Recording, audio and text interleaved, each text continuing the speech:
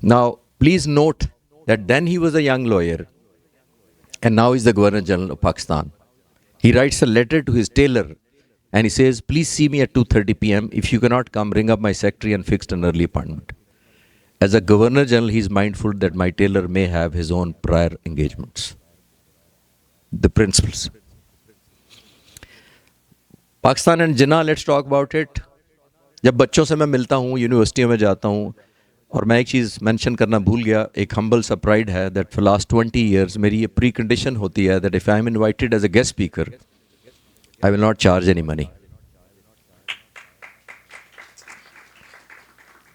میں لمز میں پڑھاتا ہوں اور باقی یونیورسٹیوں میں بھی, وہ مجھے اچھے بھلے پیسے دیتے ہیں, بٹ اگر مجھے پیسے دینے پہ کوئی انسسٹ کرے تو I refuse to go and deliver the talk, because میں سمجھتا ہوں کہ ایوری لیکچر میں اپنا قرض تھوڑا سا کم کرتا ہوں قائد اعظم کا. جب میں یونیورسٹی میں بچوں سے پوچھتا ہوں کہ قائد اعظم کیسے لیڈر تھے تو وہ کہتے ہیں ویژنری لیڈر تھے, اور میں بچوں کو مذاق میں کہتا ہوں کہ اگر میں نہ مانوں کہ وہ ویژنری تھے تو پروو اٹ ٹو می, تو وہ کہتا ہے جی ویژنری لیڈر تھے, پاکستان بنایا. میں نے کہا بس. تو I am sharing something with you what he said in 1946. We all know that some of the Muslims were opposing the creation of Pakistan.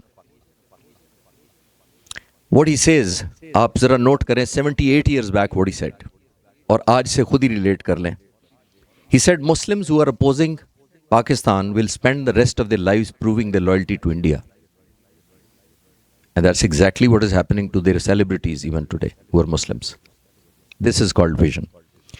Ladies and gentlemen, June 1947 Pakistan بننے سے 3 مہینے پہلے ایک میٹنگ ہو رہی ہے جس میں لارڈ ماؤنٹ بیٹن سینٹر میں بیٹھے ہوئے ہیں. آپ کے اس طرف رائٹ سائڈ پہ قائد اعظم ہے اور لیفٹ سائڈ پہ نہرو بیٹھے. تو کانگریس نے اسمارٹ موو کی. They appointed governor general, they appointed Lord Mountbatten as the Governor General of New India, which will be formed after 3 months. The Mountbatten looked towards Jinnah and said, you should also announce that I will also be the Governor General of Pakistan. That means simultaneously both the countries. Quaid-e-Azam refused. One thing, reasons obviously there are 2. ایک میں extract کر پایا ہوں, this is my opinion, and the other is what he said to Mountbatten. میں نے جو extract کیا وہ یہ تھا کہ جناح کی ریزن یہ تھی کہ اگر یہ میں مان گیا کہ یہ گورنر جنرل بن جائیں گے تو قائد اعظم کو پتہ تھا کہ میں شدید بیمار ہوں اور میرے دن گنے جا چکے ہیں. تو ان کو شک تھا کہ اگر یہ گورنر جنرل ہوا اور میں اس دنیا سے چلا گیا تو ایز اے گورنر جنرل یہ دوبارہ 2 ملکوں کی یونٹی یا یونائٹڈ ہونے کی اناؤنسمنٹ کر دے گا. This is one reason that he was fearing. دوسری, قائد اعظم نے بڑی لاجیکل بات کی, because he was a man of logics, he wanted to convince him. آپ سوچیں اس زمانے میں کیا کہتے ہیں قائد اعظم ماؤنٹ بیٹن کو, کہتے ہیں what if the 2 countries go into war tomorrow, whose governor general would you be? And he was so right that both the countries went into war in 1948. That's called vision. Vision اس کو کہتے ہیں خواتین و حضرات کہ in spite of poor health he could only visit one military academy, and that was Pakistan Air Force Academy. In those days it was PAF school, and he upgraded to PF college. And what a speech that he gave. I read his whole speech and I thought he's a military strategist, he's a military general or admiral or air marshal. Look what he said to the Air Force officers and the men during that. He said any country in those days, please remember this is almost 78 years back. He says any country without a strong air force is at the mercy of any aggressor. Pakistan must build up an air force as quickly as possible. It must be an efficient air force second to none. He had envisioned that there should not be any compromise. And alhamdulillah, it's almost 27th February coming up in 2-3 days. Pakistan Air Force lived up to his expectation, being second to none, and this is the shooting down of Abhinandan's aircraft. Alhamdulillah. This is what he meant, that PF should be second to none. Today, the PF's last 78 years has as a tagline, Pakistan Air Force, second to none, from his speech.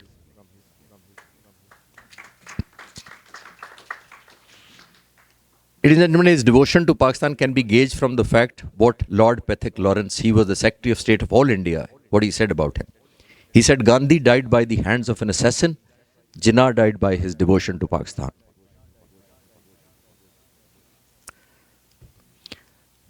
Okay. This is the book called Freedom at Midnight, written between Larry Collins and Dominic Lepre. They say it was the biggest political secret of the last century was Jinnah's sickness or illness. Because no CIA, no intelligence agencies could discover that he was so critically ill that he's going to die 13 months after the creation of Pakistan. This book writes that this is the biggest political secret of last century.